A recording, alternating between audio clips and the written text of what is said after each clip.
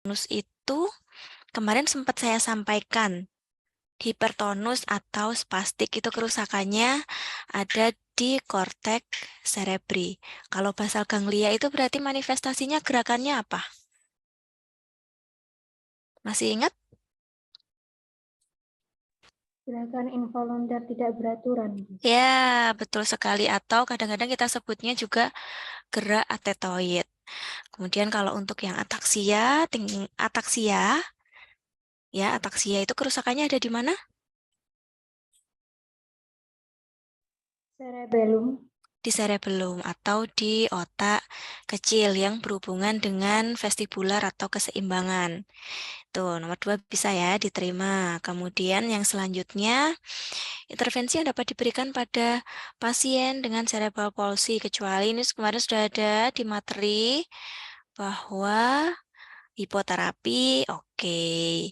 NDT, oke. Sudah kita bahas. CIMT, masih ingat ya? Di mana CIMT itu bagian yang sehat dilakukan eliminasi atau dilakukan fiksasi supaya anak tidak menggunakan bagian yang sehat dalam melakukan gerak fungsional. Sehingga kecuali ya yang ACPT ini. Oke, kemudian mungkin ini selanjutnya yang bikin kalian bingung. Gambaran postural tone pada cerebral palsy tipe hipertonus atau spastis tinggi. Nih, apa namanya, head titubation itu sebetulnya lebih ke arah apa namanya, tremor atau gerakan involuntary pada area leher dan kepala. Nah, kemudian ini setiap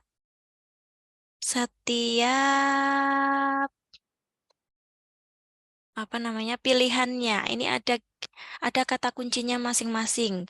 Kalau di sini kan pertanyaannya adalah hipertonus. Berarti kalau di sini ada low tone atau tonus yang rendah, otomatis itu bukan jawaban yang benar. Yang A ada low tone proximal muscle, berarti jelas bukan. Kemudian yang B fluktuatif tonus atau involuntary movement. Fluktuatif tonus itu adalah tonus yang naik turun. Nah, fluktuatif tonus itu biasanya ada di anak-anak yang ataksia, kemudian atetoid, seperti itu. Jelas bukan yang B. Yang C, low tone atau otot leher itu juga jelas bukan karena ada tonus yang rendah. Terutama ini masih ditambah lagi low tone otot-otot ekstremitas. Yang D, low tone otot proksimal. Jelas juga bukan. Otomatis jawabannya yang E, hipertonus total gerakan pola geraknya. Kemudian ini pertanyaan selanjutnya kebalikan dari yang pertanyaan sebelumnya. Yang pertama tadi, yang sebelumnya adalah berkaitan dengan spastis atau hipertonus.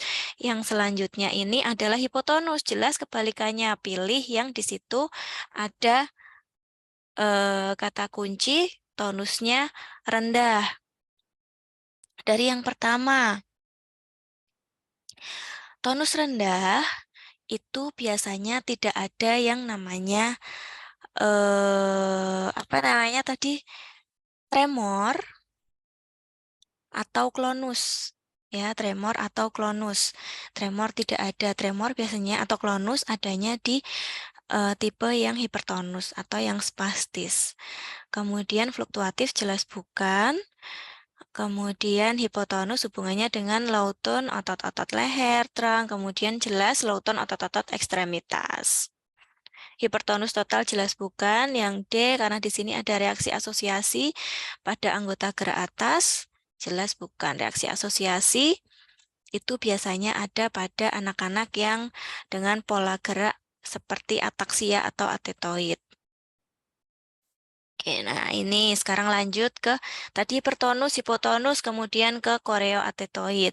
Koreoatetoid ini jelas bahwa kalau atetoid berarti tadi sudah saya sampaikan tonusnya naik turun atau biasa disebut tonus yang fluktuatif.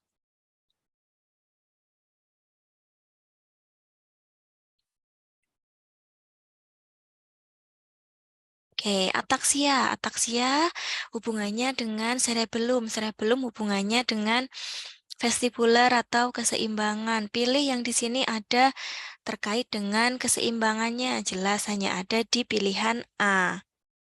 Nih, poor balancing. Oke, gitu ya.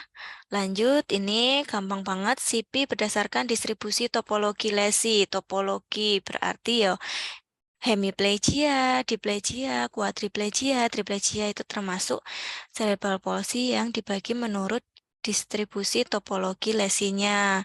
Kecuali ya jelas yang diskinetik.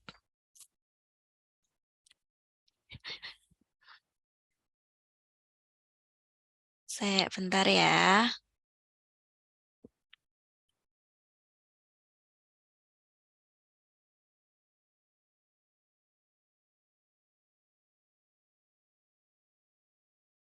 Oke, lanjut. Untuk selanjutnya, bagaimana kecenderungan pola progresif pada cerebral palsy tipe spastik? Ini jelas sudah ada di PowerPoint, di mana cerebral palsy tipe spastik nanti kecenderungan polanya semakin lama akan semakin hyperekstensi. Ini jawabannya berarti jelas A. Kemudian selanjutnya adalah asesmen kasus cerebral palsy. Kecuali asesmen refleks kemarin sudah dibahas, berarti iya. Assessment of gait pattern sudah iya. Assessment of balance keseimbangan kemarin sudah saya sampaikan bahwa keseimbangan yang baik pada anak yang belum bisa didudukkan atau belum bisa diberdirikan berarti kita lihat midline tubuhnya saat berbaring. Kemudian development milestone bisa kita periksa menggunakan tabel DDST ya, kecuali berarti yang assessment of rib cage atau sangkar torak.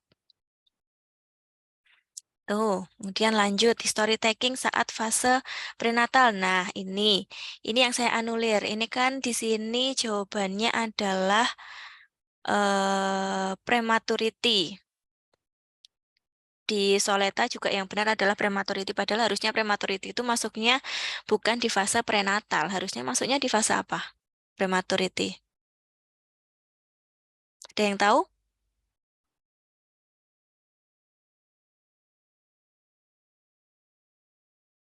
Prematur, kelahiran prematur. Berarti didapatkan di fase prenatal, natal, atau perinatal, atau postnatal. Prenatal, Perinatal. perinatal, atau natal, fase kelahiran ya. Oke, terima kasih.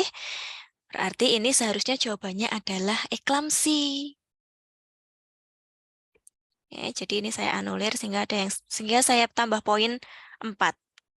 Kemudian selanjutnya adalah gambaran hemiplegia, pola jalan anak-anak sipi tipe hemiplegia. Oke, kemarin sempat saya ulang-ulang di kelas, saya ulang, di lab juga saya ulang lagi. Di mana tentunya cara menghafalkannya kita lihat per bagian dan diurutkan. Boleh dari atas, boleh dari bawah. Dari bawah itu bentuk ankle-nya jelas true equinus, kemudian lututnya semifleksi ya, bukan hyperekstensi. Kemudian hip-nya endorotasi, kemudian pelviknya adalah anterior tilt, sehingga jawabannya tentunya adalah A. Oke, ini selanjutnya adalah interpretasi GMFCS level 1, 2, dan 3. Pakai bahasa Inggris karena memang yang di PPT kan juga saya menulisnya pakai bahasa Inggris ya. Yang level 1 adalah yang level paling ringan. Paling ringan itu paling mudah dihafalkan. Dia tuh sama seperti anak-anak normal, bedanya adalah ada penurunan pada kecepatan, keseimbangan, dan juga koordinasi. Tentu jawabannya adalah A. GMSC level 2, level 3 ini sudah ada di PPT. Yang level 2, anak bisa naik tangga. Dan ini sudah saya urutkan loh, A, B, C, D, E-nya. Sama semua. Oh sorry, tapi di kalian ini diacak ya jawabannya ya. Soalnya juga diacak ya. Tidak berurutan sehingga. Oke lah, semoga tidak menjadi masalah.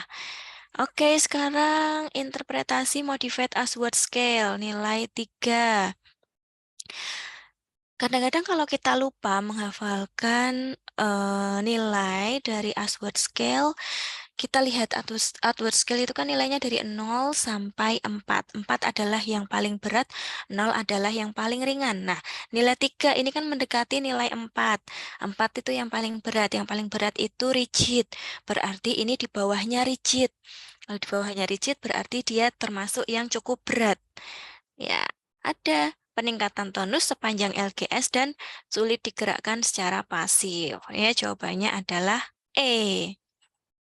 Oke, selanjutnya key point of control untuk stimulasi head neck posisi tengkurap pada kasus gangguan neurologi.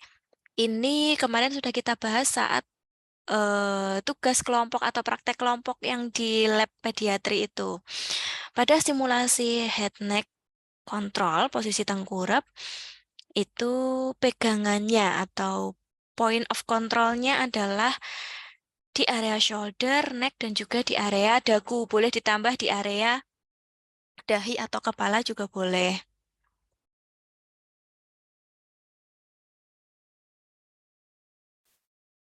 Itu ya, oke. Kemudian selanjutnya adalah key point of control untuk stimulasi berdiri.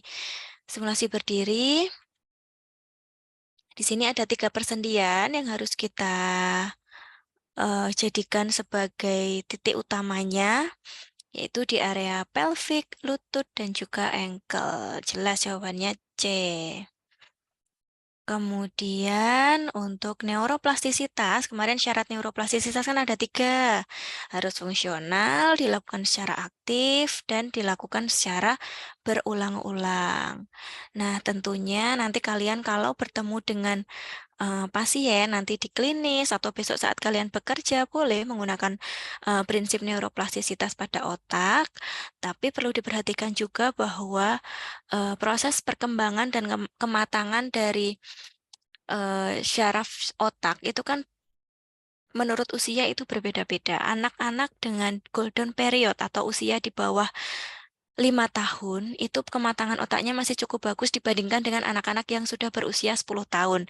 Sehingga ketika kalian melakukan suatu exercise untuk menimbulkan neuroplastisitas, ketika kalian lakukan kepada anak SIPI usia 2 tahun, kalian mungkin hanya perlu mengulang sebanyak 10 kali gerakan. Tapi pada anak-anak dengan usianya yang sudah 10 tahun atau bahkan 10 tahun lebih, kalian bahkan perlu mengulang gerakan itu sampai 3 kali lipat daripada anak-anak yang usianya 2 tahun. Karena memang kemampuan neuroplastisitasnya sudah berbeda. Itu. GMFCS fungsinya adalah tentu saja ya untuk assessment dalam gerak fungsional atau mobilitas fungsionalnya. Aswad scale tentu saja untuk tonus otot. NS, yang dimaksud dengan NS apa? Kalau nggak tahu lihat, tinggal dipanjangkan aja ini kependekan dari apa. Neurosenso, refleks, ada sensonya, ada refleksnya, ada motoriknya. Wis cari yang ada 3 kata tersebut. Otomatis yang C. Oke, ini kelanjutan dari NS. Teknik stimulasi yang berupa sentuhan halus pada permukaan kulit disebut dengan jelas ya neurostructure. Selanjutnya, ini juga saya anulir karena kemarin belum sempat saya sampaikan berkaitan dengan kokontraksi otot, kokontraksi atau kontraksi otot yang secara bersamaan agonis dan antagonisnya. Itu adalah kokontraksi. Kemarin kan belum sempat saya sampaikan. Jadi mungkin kalian juga belum tahu sehingga ini saya anulir untuk soal yang ini. Untuk selanjutnya, manajemen fisioterapi yang tepat untuk home program pada cerebral palsy. Di sini adalah yang namanya home program, atau edukasi, di mana di situ kan intinya gerakan atau latihan-latihan untuk anak SIPI harus berupa gerak aktif. Maka kalau berikan home program ya jangan berupa gerak pasif, harus gerak aktif. Nih, aktif ROM exercise di sini yang aktif hanya ada di jawaban A dan E. R di sini maksudnya resisted dengan tahanan. Mungkin ini belum dulu, nggih. Oke, kemudian handling and carrying position, maksudnya bagaimana pegangannya saat melakukan latihan gerak aktif, bagaimana cara kita melakukan suatu bantuan ketika kita mau meminta anak untuk menggerakkan lengannya, pegangan kita di mana untuk memberikan bantuan itu. Berarti kan di handling dan carrying position.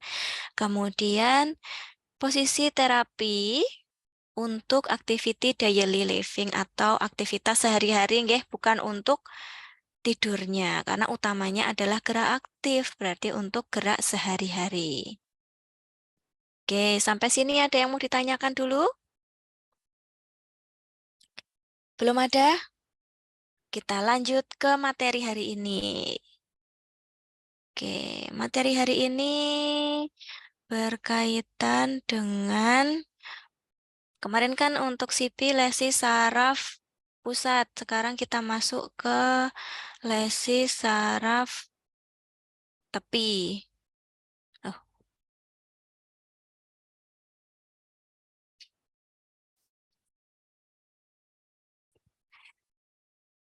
lesi saraf tepi itu berarti gini, PPT. Oke, sudah terlihat? Sudah terlihat? Bisa Sudah, Bu. dijawab. Sudah, Ya, Bu. oke. Terima kasih Ashley. Oke. Kita lanjut ke materi hari ini adalah kita akan membahas salah satu gangguan pada sistem saraf tepi. Itu ada leksi plexus brachialis. Tapi kita akan bahas khususnya pada bayi. Sebenarnya lesi plexus brachialis sendiri tidak hanya bisa terjadi pada bayi atau anak-anak, pada dewasa pun juga. Biasanya ya karena trauma-trauma tertentu yang melibatkan area leher dan juga shoulder dan lengan atas. Oke, lanjut. Plexus brachialis. Nah, mungkin sebelumnya sudah pernah dipelajari ya, plexus brachialis sendiri. Letaknya ada di mana? Ada di mana? Ini sudah saya buka PPT-nya. Plexus C5 brachialis ada di mana? C5 sampai TH1. C5 sampai TH1 itu ada di vertebrae apa, Mbak Faradila? Cervical, thoracal, lumbal atau apa? Cervical dan torak, Ibu, tapi toraknya cuma sampai 1. Iya, betul sekali. Terima kasih Faradila. Plexus brachialis adalah suatu kumpulan ya, atau plexus itu kan namanya, nama lain atau bahasa dari anyaman, suatu anyaman yang dibentuk oleh akar saraf atau radix dari akar saraf servikal kelima sampai torakal 1. C5, C6, C7, C8, dan torakal 1. Nah, di sini brachial plexus sendiri bisa mengalami cedera. Nah, cederanya itu namanya cedera saraf. Kembali lagi ke materi kalian di mata kuliah FT neuromuskuler. Cedera saraf kan dibagi jadi 3 ya. Ada aksonotmesis, neurotmesis, neuropraksia. Ada yang masih ingat kaitan 3 itu? Yang paling ringan yang apa? Aksonotmesis, Bu. Neuropraksia, Bu. Neuropraksia. Ada yang jawab tadi aksonotmesis. Oke, yang aksonotmesis kurang tepat. Yang paling ringan adalah yang neuropraksia. Aksonotmesis adalah yang paling berat. Bukan. Yang paling berat itu neurotmesis ya? Mm-mm. Iya, Bu. Mm-mm. Neuropraksia itu adalah yang paling ringan.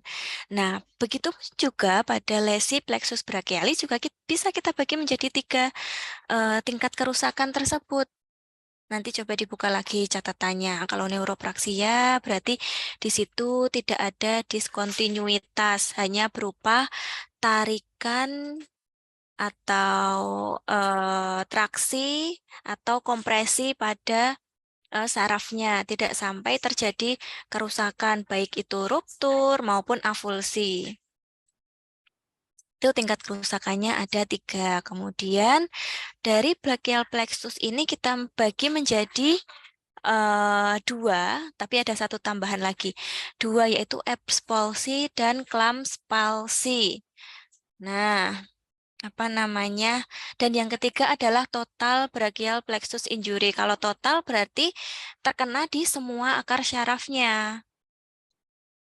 Oke, lanjut dulu ya.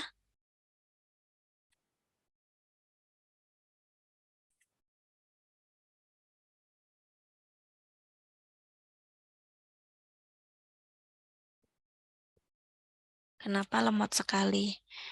Oke, videonya saya matikan supaya tidak mengganggu sinyalnya karena ternyata lemot sekali. Oke, kita masuk ke definisi brachial plexus injury. Apakah itu paralisis lengan yang diakibatkan karena cedera pada kelompok saraf utama lengan, khususnya radix atau akar saraf dari C5 sampai torakal 1. Nah, ini bisa berupa stretch atau hanya tarikan, kemudian atau compression ya, stretch atau compression, kemudian ruptur, kemudian yang paling berat adalah avulsi atau sampai terputus sarafnya.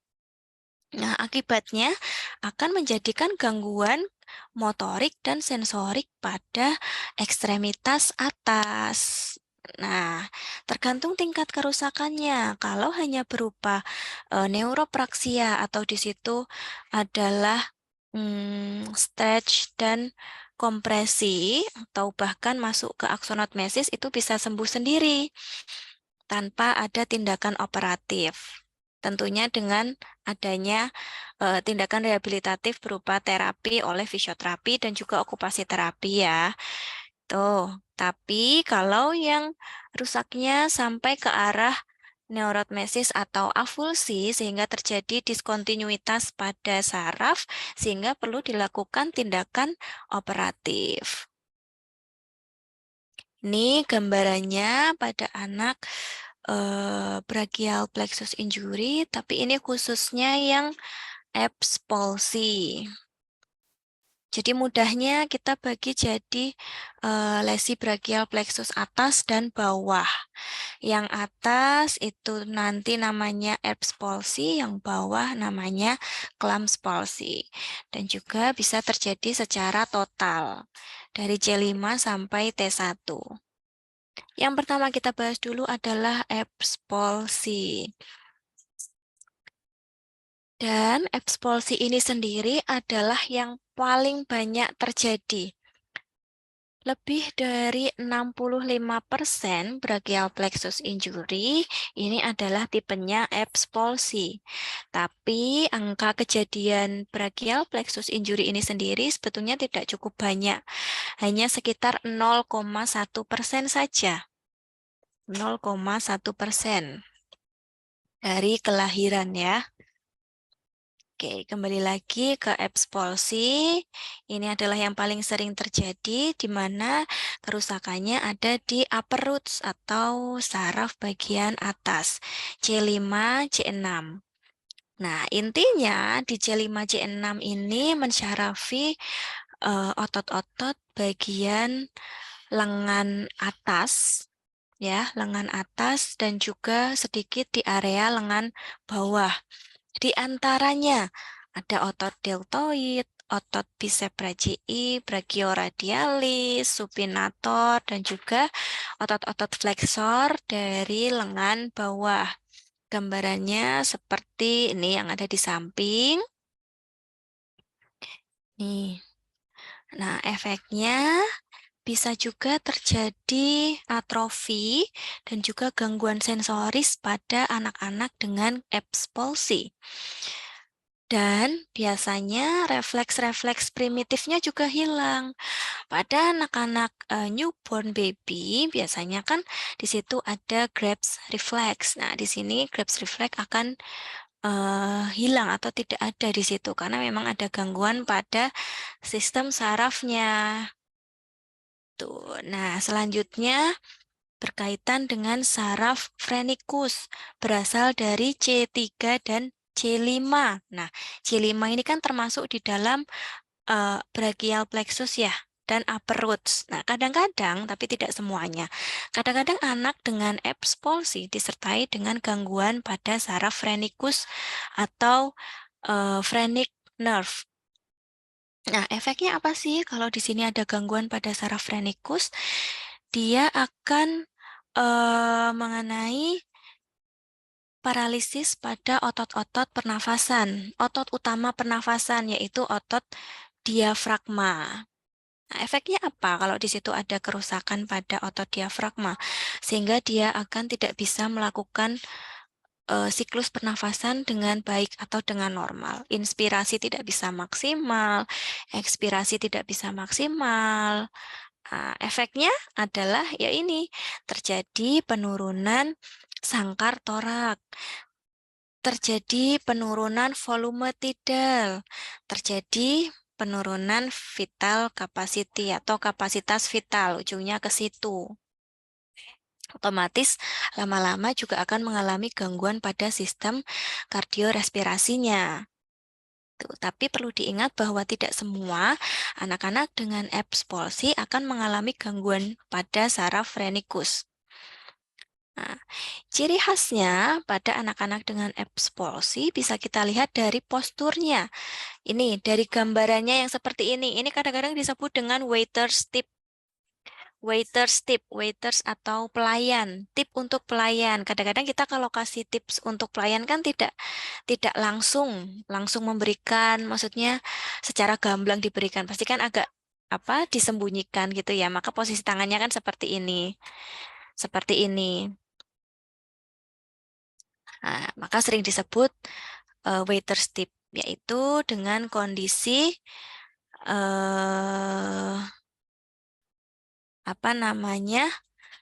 adduction dan inward rotation shoulder, adduksi maksimal. Kemudian internal rotasi atau inward rotation itu maksudnya internal rotasi dari shoulder. Kemudian ekstensi dari elbow. Kemudian pronasi lengan bawah dan juga fleksi jari-jari. Karena masih perlu diingat lagi bahwa otot yang disyarafi oleh C5, C6 adalah otot bagian lengan atas dan juga sampai ke sedikit lengan bawah, yaitu di fleksor lengan bawahnya, sehingga menghasilkan gerakan yang seperti ini ciri khasnya. Adduksi, internal rotasi, ekstensi, elbow, fleksi jari-jari. Sampai sini ada yang mau ditanyakan dulu? Belum ada, lanjut.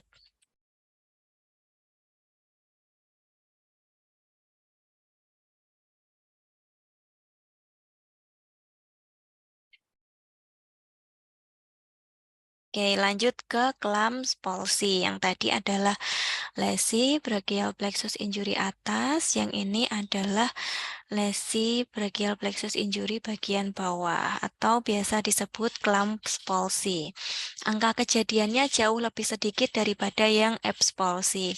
Ada suatu penelitian yang dilakukan oleh dokter dalam kurun waktu 1 tahun, 6 bulan ya, 6 bulan di dalam rumah sakit tertentu, ternyata ditemukan semua kasus brachial plexus injury pada anak-anak itu masuknya ke Erb's palsy, yang Clamps palsy tidak ada.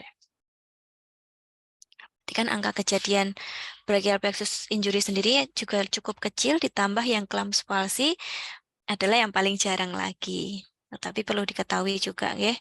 Nah, Clamps palsy berarti lanjutannya dari yang Erb's palsy. Kalau Erb's palsy C5, C6, Clamps palsy berarti selain itu, yaitu C7 sampai T1, torakal 1. Nah, C7 sampai torakal 1 sendiri ini mensyarafi otot-otot fleksor wrist atau fleksor jari-jari, dan juga otot-otot kecil di area tangan atau intrinsic muscle of hand. Intrinsik itu otot-otot kecil. Sehingga gambarannya menjadi seperti ini.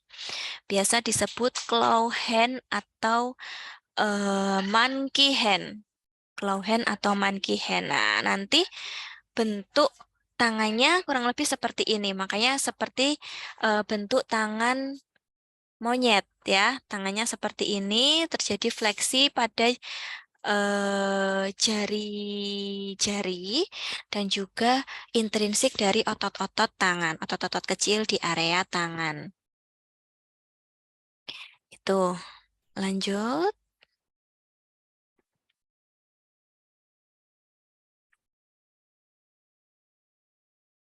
Ya, nih, yang paling banyak terjadi pada anak-anak adalah OBPP atau Obstetrical Brachial Plexus Palsy. Nah, OBPP ini terjadi karena adanya trauma atau injuri pada saat proses kelahiran, di mana di situ terjadi kerusakan atau tearing pada cervical nerve root, pada akar syaraf servikal. Ya, di situ terjadi suatu tarikan yang ekstrim di area kepala sampai shoulder atau bahu pada proses delivery atau proses kelahirannya. Nah, faktor resikonya apa saja? Yang pertama, yang paling banyak terjadi adalah karena adanya shoulder dystocia atau posisi shoulder yang terlalu depresi, atau kadang-kadang dia ketika bayi mau keluar, kepalanya sudah keluar, itu shouldernya masih ketinggalan di dalam karena memang posisi bayinya berarti tidak optimal. Posisi bayi yang optimal pada saat mau proses kelahiran itu kan posisi tengkurap ya. Jadi menghadap ke area vertebrae. Posisinya tengkurap menghadap ke area vertebrae. Nah, kadang-kadang posisi bayi ini nggak posisi yang optimal seperti itu. Kadang-kadang sedikit miring atau bahkan malah menghadapnya miring ke kanan atau miring ke kiri, sehingga proses delivery atau keluarnya shouldernya menjadi tidak smooth atau tidak halus keluarnya. Shouldernya ketinggalan di dalam, sehingga jadilah shoulder dystocia atau posisi shouldernya yang terlalu depresi. Kemudian selanjutnya adalah faktor resiko yang selanjutnya, overweight baby atau bayi dengan berat badan yang terlalu besar. Terlalu besar di sini dikatakan ketika beratnya adalah lebih dari 4 kg saat lahir. Ya, biasanya juga bisa terjadi karena over gestational pregnancy, maksudnya kehamilannya usia gestasinya terlalu banyak, lebih dari 42 minggu. Oke, kemudian proses kelahiran yang dilakukan dengan alat bantu, salah satunya adalah forceps. Oke, biasanya karena ibu tidak kuat mengejan, sehingga bayi tidak bisa keluar dengan mudah, sehingga diperlukan alat bantu, itu juga bisa. Karena kan di situ ada tarikan dari kepalanya. Ada tarikan dari kepalanya, ketika di situ ada tarikan, ditarik, berarti kan itu keluar bukan karena keinginan utama si bayi. Keluar bukan karena memang proses alamiahnya dia harus keluar, tapi harus dibantu dengan tarikan. Nah, itu bisa menyebabkan suatu cedera tadi pada brachial plexusnya. Itu makanya pentingnya mengetahui letak optimal bayi sebelum kelahiran. Nah, biasanya bagaimana seorang ibu itu bisa sebetulnya seorang ibu mengoptimalkan supaya posisi bayi saya ini sebelum masuk ke tahap nanti mau lahir diposisikan secara optimal, yaitu dengan menyediakan rahim atau tempatnya si bayi secara menyediakan rahimnya dengan baik. Nah, caranya gimana? Bisa dengan bentuk-bentuk stretching tertentu, sehingga di situ ada fleksibilitas ibu yang baik, sehingga rahimnya juga lebih lentur, lebih baik, bayi di situ juga nyaman. Tuh. Kemudian faktor risiko selanjutnya adalah durasi dari proses kelahiran, lebih dari 60 menit. Biasanya ini juga terjadi persalinan macet, kepalanya udah nongol sedikit tapi nggak segera keluar. Jadi mungkin karena bayinya yang terlalu besar bisa, kemudian panggul ibu yang terlalu sempit. Tuh. Kemudian faktor risiko selanjutnya adalah breech presentation atau presentasi bokong. Nama lainnya adalah bayi letak sungsang. Bayi letak sungsang. Ini juga kalau zaman sekarang, karena zaman sudah semakin maju, di mana ibu hamil itu pada usia kehamilan di atas 8 bulan, biasanya oleh dokter kandungan atau oleh bidan diminta kontrol kehamilan atau antenatal care 2 minggu sekali ya. Nanti kalau sudah masuk ke bulan ke-9 dipersingkat lagi menjadi 1 minggu sekali. Nah, ini tujuannya adalah untuk mengontrol bagaimana kondisi ibunya, bagaimana kondisi janin yang ada di dalam rahim ibunya. Nah, kalau sudah ditemukan di situ letaknya sungsang dan sampai usia 9 bulan kok masih sungsang, biasanya dokter atau dokter akan mengindikasikan untuk dilakukan proses kelahiran secara sesar. Itu. Maka sekarang kalau zaman sekarang kalau posisinya sungsang sudah jarang sekali dia bisa melahirkan secara spontan atau per vaginam. Tuh, lanjut. Nah, ini nanti bisa dibaca sendiri. Di sini ada inervasi atau persyarafan dari plexus brachialis. Nah, kan sarafnya ada macam-macam nih, ada saraf dorsal scapular. Nah, di situ mensyarafi otot-otot levator scapula, romboid, dan lain sebagainya. Nanti bisa jadi bahan bacaan saja. Tuh, oke, lanjut. Ini nanti bisa dibaca sendiri. Nah, ini salah satu, ini tadi saya lupa belum menyampaikan, Horner syndrome adalah salah satu gejala atau manifestasi kerusakan pada lesi plexus brachialis yang lower atau clumps palsy. Itu akan menyebabkan Horner syndrome, di mana di situ terjadi ptosis, meiosis, dan juga anhidrosis. Di mana apa maksudnya ptosis, meiosis, anhidrosis? Kelopak mata atau matanya akan terlihat lebih turun pada sisi yang mengalami lesi. Misalkan ini adalah mata kanan ya, mata kanan berarti brachial plexusnya yang mengalami lesi adalah bagian kanan sehingga gangguan pada ekstremitasnya juga ekstremitas kanan. Tuh, nah ptosis meiosis ini tadi adalah mata terlihat turun, kemudian pupil matanya tidak bisa membesar seperti pupil mata pada umumnya. Nah, ini ketika diberikan rangsangan cahaya, pupil mata yang normal kan ini bisa membesar ukurannya, tapi pada gangguan Horner syndrome ini pupil matanya tetap pada ukuran yang sama, tidak menjadi besar dan tidak menjadi kecil. Kemudian kelopak matanya juga tidak dapat membuka secara terbuka secara maksimal. Itu. Oke, nah ini tadi yang saraf phrenikus yang kadang-kadang terjadi pada anak dengan Erb's palsy, di mana di situ terkena pada otot utama pernafasan yaitu otot diafragma.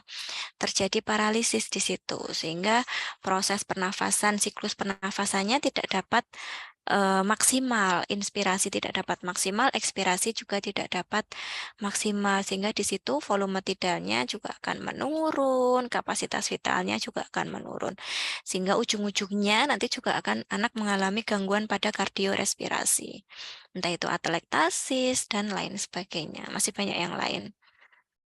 Tuh, nah ini apa manajemen fisioterapi? Apa sih yang bisa kita lakukan untuk anak-anak dengan brachial plexus injury?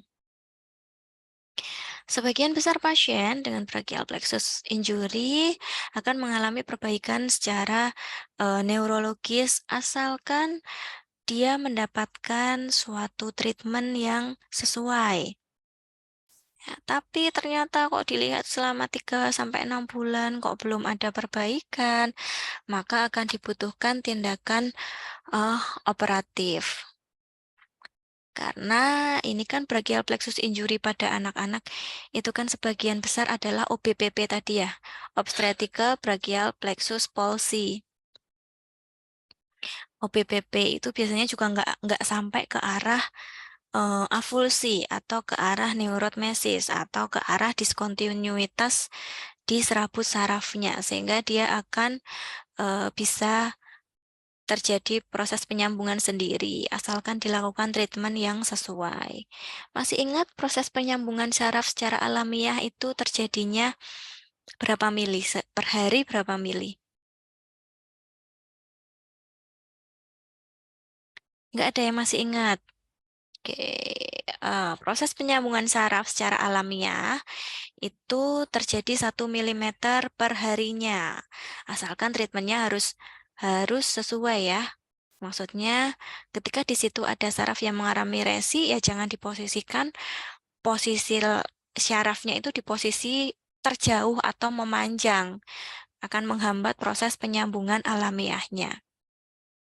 Oke, kembali lagi. Ini poinnya adalah 1-2 minggu, sisi yang lesi tolong untuk bisa diistirahatkan. Ya, 1-2 minggu, ya minimal ya 1 minggu. Itu jangan ada latihan-latihan gerak dulu, jangan ada digerak-gerakkan terlalu ekstrim.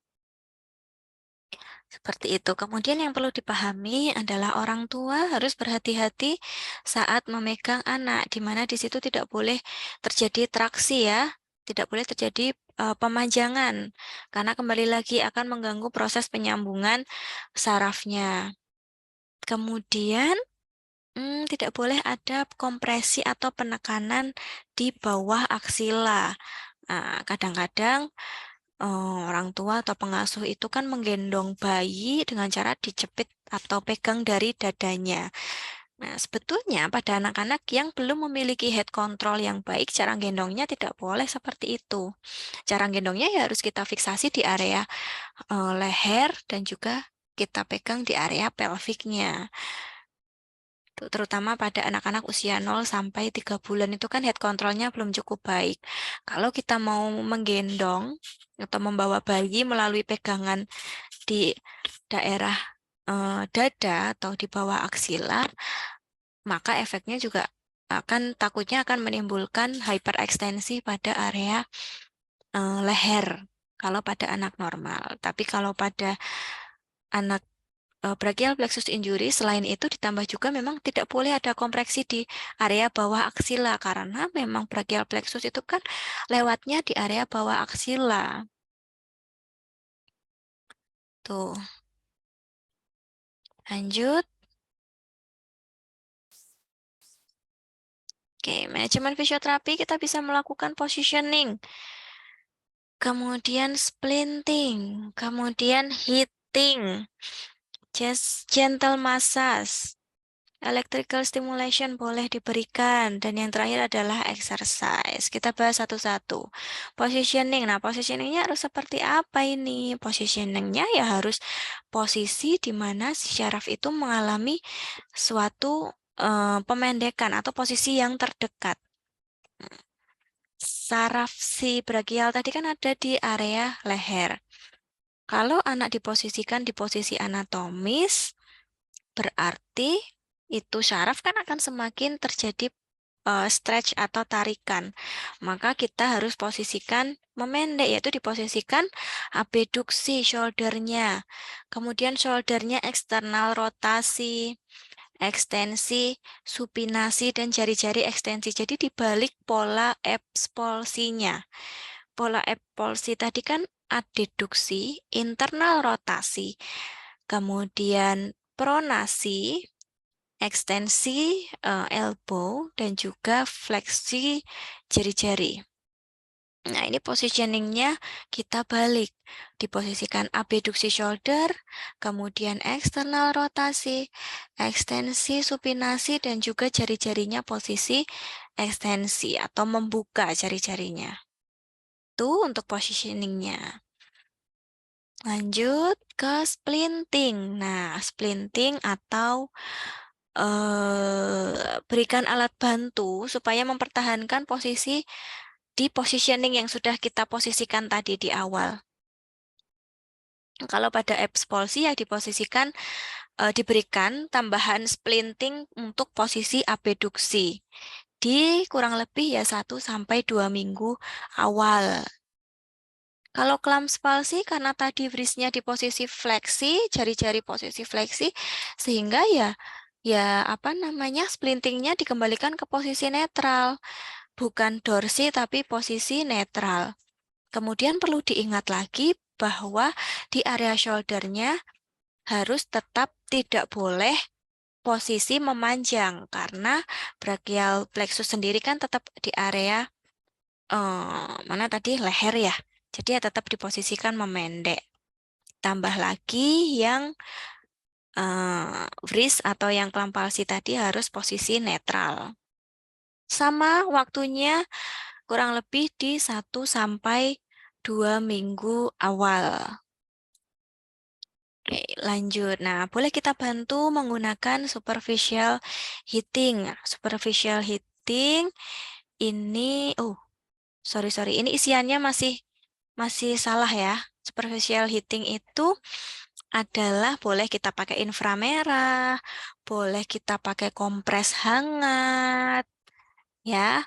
Nah, di area mana yang kita lakukan superficial heating atau kita beri suatu intervensi pemanasan itu tadi ya di area sepanjang lengan dan juga di area brachial plexusnya yaitu dari area leher, kemudian area lengan atas, lengan bawah sampai ke area wristnya. Boleh dilakukan pemanasan berupa inframerah maupun kompres hangat. Tujuannya tentunya kalian semua sudah memahami, sudah sering dipelajari di mata kuliah sebelum-sebelumnya, di semester-semester berikut sebelumnya. Heating, proses hangat ya, rasa hangat. Itu tentu akan menyebabkan vasodilatasi pada jaringan. Utamanya adalah pada pembuluh darah kapiler. Ketika di situ terjadi vasodilatasi pada pembuluh darah kapiler sehingga pembuluh darah menjadi semakin melebar. Kalau pembuluh darahnya semakin melebar, harapannya di situ terjadi aliran darahnya menjadi lebih lancar, nutrisi-nutrisi yang ada bisa lebih tersalurkan di area yang lesi, kemudian substansi pain, zat-zat pembawa rasa nyeri bisa dialirkan sehingga nyerinya bisa berkurang, proses perbaikan jaringannya juga menjadi lebih baik lagi. Tuh. Oke, mohon maaf nanti untuk yang superficial heating saya edit dulu untuk keterangan di bawahnya. Kita lanjutkan dulu ke gentle massage. Nah, massage di sini dilakukan secara usapan-usapan halus saja berupa effleurage pada area leher dan area lengan. Perlu diingat, boleh dilakukan 1 minggu, ya, 1 minggu minimal. Ke usia 7-10 hari pada neonatus atau setelah lesi. Boleh kalian lakukan massage secara lembut, effleurage ya, arahnya ke arah jantung, dari area wrist dulu, kemudian lanjut ke lengan bawah, kemudian ke lengan atas, kemudian di area leher boleh. Harus diingat bahwa itu secara lembut saja, gentle saja. Oke. Lanjut ke electrical stimulation. Boleh dilakukan pemeriksaan SDC dulu untuk mengetahui kemampuan dari syaraf atau kemampuan gerak si syaraf itu. Pakai tes SDC ya. Sudah dipelajari toh di mata kuliah elektroterapi. Nah, ini di sini ada sedikit pro dan kontra, tapi saya lebih menyetujui yang ini. Ada yang mengatakan bahwa electrical stimulation boleh dilakukan pada usia 1 bulan atau pada usia awal kelahiran. Tapi pada penelitian yang lain, pada referensi yang lain disampaikan bahwa electrical stimulation baru boleh dilakukan setelah usia 6 atau 7 bulan. Kenapa? Karena pada usia sebelum 7 bulan atau sebelum 6 bulan, di situ masih terjadi proses kematangan syaraf yang maksimal di situ, sehingga proses kematangan syaraf, proses mielinisasinya masih terus berjalan. Nah, ketika diberikan electrical stimulation, maka di situ ditakutkan akan mengganggu proses kematangan syarafnya atau mengganggu proses mielinisasinya. Sehingga boleh dilakukan electrical stimulation setelah usia 6 sampai 7 bulan. Tapi pada kerusakan yang model neuropraksia, model aksonomesis itu biasanya nanti pada usia 3-4 bulan atau ya 3-6 bulan itu sudah mengalami perbaikan yang signifikan. Jadi jarang sekali kita menggunakan intervensi yang electrical stimulation, kecuali pada anak-anak dengan epilepsi palsy yang tipenya avulsi atau neurotmesis, sehingga di situ perlu tindakan operatif, maka perlu kita berikan stimulus menggunakan stimulasi gerak motoriknya menggunakan electrical stimulation, dan dilakukan bolehnya setelah usia 6 sampai 7 bulan. Tuh, yang terakhir adalah yang bisa kita lakukan exercise. Nah, exercise-nya berupa yang gampang aja, relax passive movement. Tapi, relax passive movement berarti ya kita yang menggerakkan dengan gentle, dengan halus, sesuai lingkup gerak sendinya, dan boleh digerakkan minimal 1 minggu atau 7 hari pasca lesi. Oke, kemudian untuk gerakannya boleh kita lakukan latihan gerak assisted atau kita bantu. Tentunya kalau pada anak-anak, cara kita melatih gerak assisted, cara kita melatih gerak active movement tidak dengan instruksi ya, ayo ditekuk, ayo diluruskan, tidak seperti itu. Kita pakai alat bantu, bisa menggunakan benda atau mainan yang kiranya menarik perhatian si anak, sehingga anak cenderung ingin menggerakkan ekstremitasnya untuk menggapai benda tersebut. Nah, dalam proses penggapaian itu, dalam proses menggerakkan ekstremitasnya, boleh kita bantu dengan sanggaan atau biasa disebut ini assisted active movement, dengan bantuan. Itu. Dan latihannya berupa latihan gerak ADL. Latihan gerak ADL ya disesuaikan dengan usianya. Pada anak-anak usia kurang dari 3 bulan kan ADL-nya ya cuma apa toh? Menggerakkan tangan dari posisi di samping ke arah mulut. ADL-nya kan seperti itu. Posisi tangan dari arah samping ke arah midline tubuh. ADL-nya seperti itu, bukan ADL yang diajari menyisir, diajari pegang rambut, ya belum sampai ke seperti itu. Ya, jadi arah gerakannya yaitu biasanya usia 2-3 bulan itu kan sudah bisa menggerakkan kedua ekstremitasnya ke arah midline. Kemudian lama-lama akan memasukkan tangannya ke mulut, ya, ADL. Oke, kayaknya sudah selesai ini. Sampai sini ada yang mau ditanyakan? Nah, sudah selesai. Silakan dibuka sesi pertanyaan.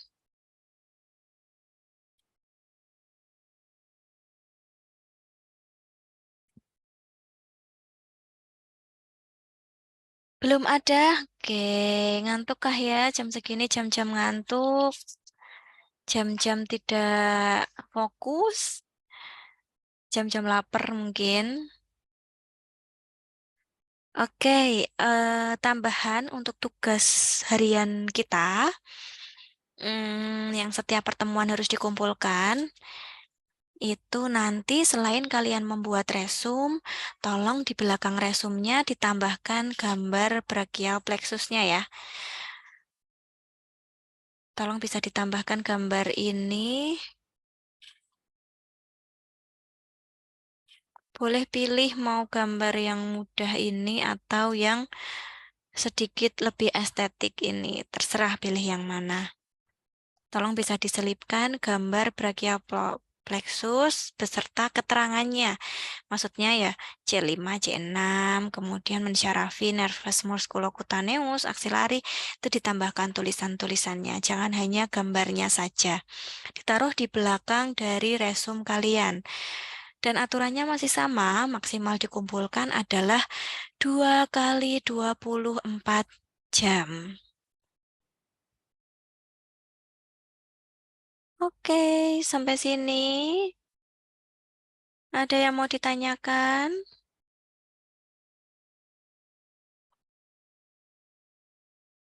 Izin bertanya, Bu. Silahkan, Ardina. Bu mau bertanya untuk yang soal UTS tadi, maksudnya yang kontraksi itu gimana ya, Bu? Oke, terima kasih Ardina.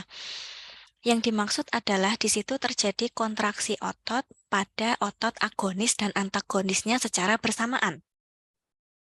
Biasanya kontraksi itu kan yang agonis kontraksi, yang antagonis mengalami relaksasi. Nah, kalau kontraksi itu berarti dua-duanya mengalami kontraksi yang secara bersamaan. Gitu, Ardina. Bisa dipahami? Iya, Bu. Terima kasih, Bu. Oke, ya, itu karena saya belum jelaskan sebelumnya, makanya kan kalian belum masih bingung. Maka itu ya saya putuskan untuk dianulir sajalah, semua dibenarkan. Gitu. Berarti untuk kelas ini tidak ada yang mengulang UTS ya. Mengulang remedi. Tapi ternyata setelah direkap pada resum setiap pertemuan kemarin, kan dari pertemuan pertama sampai pertemuan ketujuh kemarin ternyata hanya ada empat resum, tapi ternyata ya ada loh yang tidak mengumpulkan. Ada 2 mahasiswa yang resumnya itu jumlahnya tidak 4. Resum dari pertama pertemuan sampai pertemuan ketujuh itu saya anggap nilainya adalah 100. 100 dibagi 4, berarti per pertemuan resum itu bobotnya 25. Kalau nggak ngumpulkan satu, berarti otomatis nilainya langsung hanya 75. Gitu. Jadi eman-eman banget karena ini bisa membantu kalian ketika nilai UTS jeblok, nilai UAS jeblok, kan udah di remedi pun nanti kan cuma hanya batas KKM saja di 74. Nah, kalau kalian rajin ngumpulkan resum, kan lumayan nilainya bisa untuk menambah nilai akhir kalian nanti. Gitu. Ada lagi yang mau disampaikan atau didiskusikan?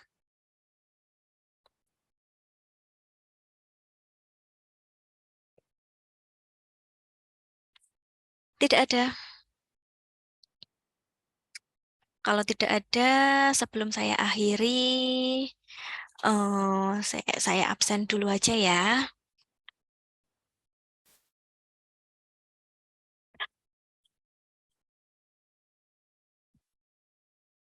Biasanya absennya di awal, ini saya ganti absennya di akhir.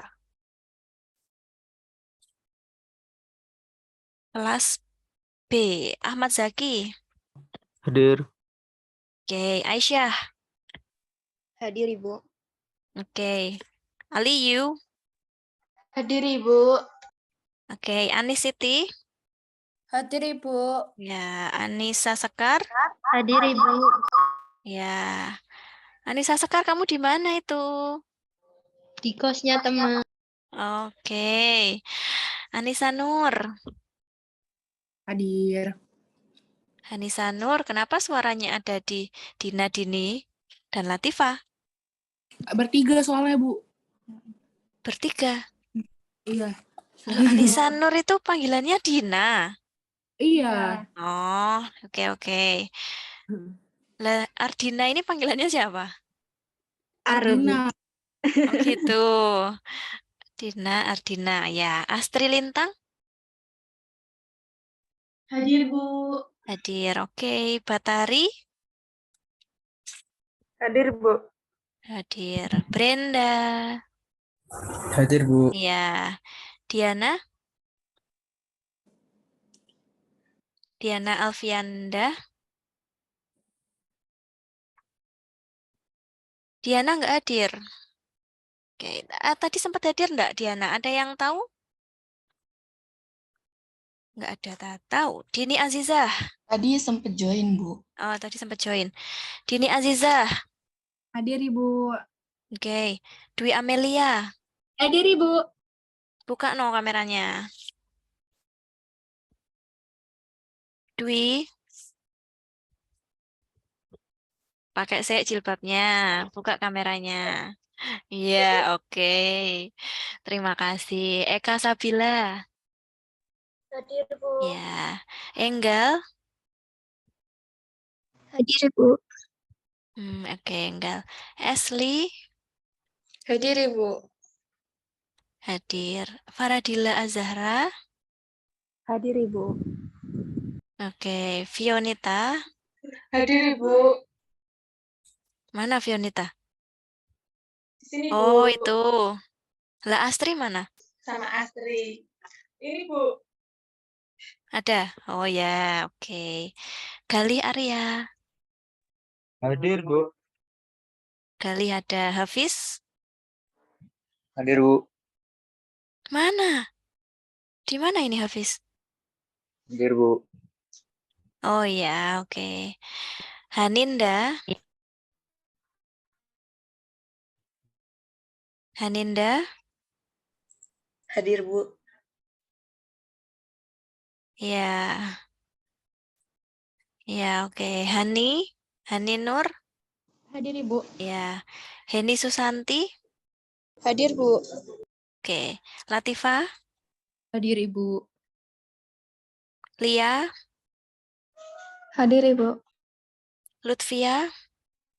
Hadir, Bu. Lutfia di mana Lutfia? Hadir, Bu, di sini. Mahadi? Hadir, Bu. Dafa? Maratus? Hadir, Ibu. Ya. Huda? Hadir, Bu. Oh, Huda mana ya? Huda ya? Huda yang mana? Oh, itu ya. Mira? Hadir, Ibu. Ya. Abu Rizal? Hadir, Bu. Hadir. Sofyan? Nih, sama Galih ya. Hadir, Bu. Ya, Hmm. Bu. Mutiara? Hadir, Ibu. Oke. Mutiah? Hadir, Ibu. Ya. Nabila? Hadir, Bu. Oke. Nadia? Hadir, Bu. Nadia hadir. Noval? Hadir, Bu. Noval. Ya. Niken? Hadir, Ibu. Ya. Nurita? Hadir, Berdua Ibu. dengan Niken. Iya, Dita? Bu.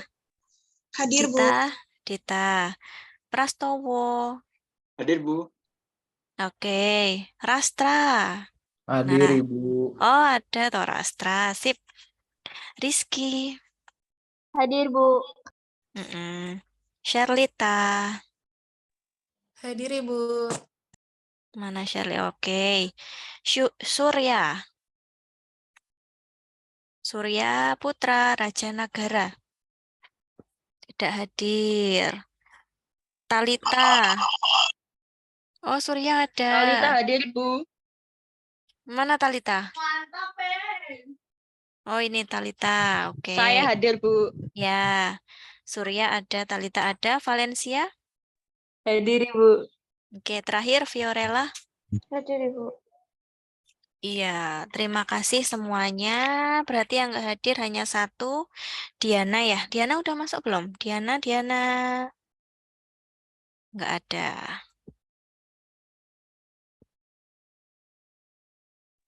Tadi Diana udah masuk Zoom, Bu. Oke, tapi keluar lagi. Iya, keluar lagi.